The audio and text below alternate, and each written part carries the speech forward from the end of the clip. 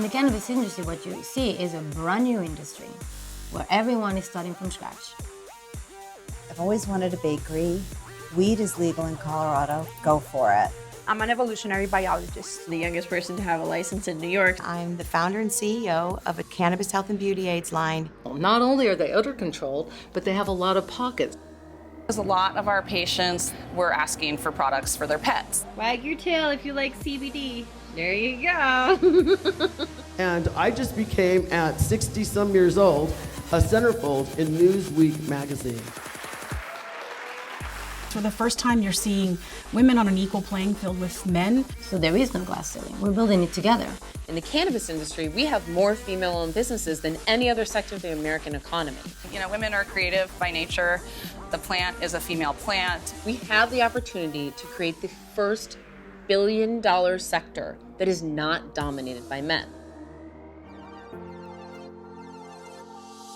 I'm passionate about bringing good science to this industry. If you don't have any science, how are we going to figure out why this plant works so well? The plant is the core of the whole industry.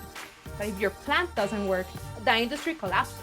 We can't have a war on science. Elected officials have to make decisions based on data. We're doing the earth a favor.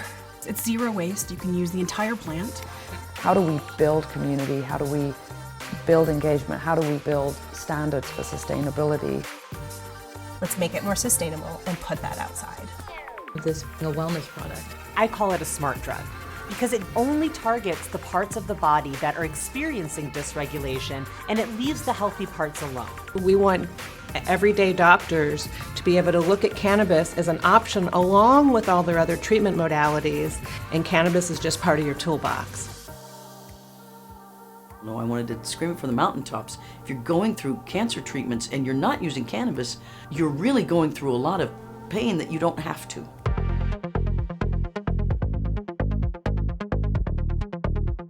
They said, "Where's all the other Mexicans?" I said, "In prison." And damn it, if I'm gonna sit there and let them go to jail or prison over smoking a joint. Why should the African American community care about legalization? We should be a part of this conversation and be at the table, because if we're not at the table, we're on the menu. You should care because it's going to bridge a gap between cannabis, commerce, and the community. If we, as an industry, sit around and enjoy the progress that others have suffered for, we're not better than any other industry, and in fact, we're worse. So the war on drugs has been waged in the name of young people, and we're here to stand up and say no more. I got to shape the national dialogue around cannabis businesses, but I got to come to SSDP to do something fucking revolutionary. We've gathered everyone together to raise the youth voice and get it heard all the way across the street. The cannabis industry is the poster child for why community-driven, holistic businesses are the wave of the future.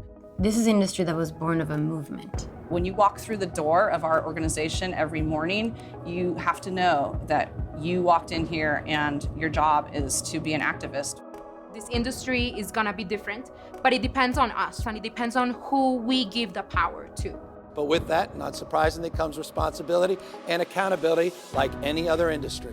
The greatest harm that's associated with marijuana is actually the prohibition of marijuana and the laws that have been created around it. If my brothers and sisters have a drug problem, I'd expect them to get help, not put in prison.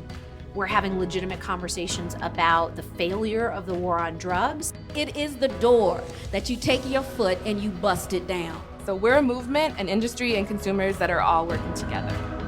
The best way to light a fire in my ass is to tell me two little letters, N-O. We got the power! Yeah! We just won! Never give up. I believe walking the walk is the most powerful thing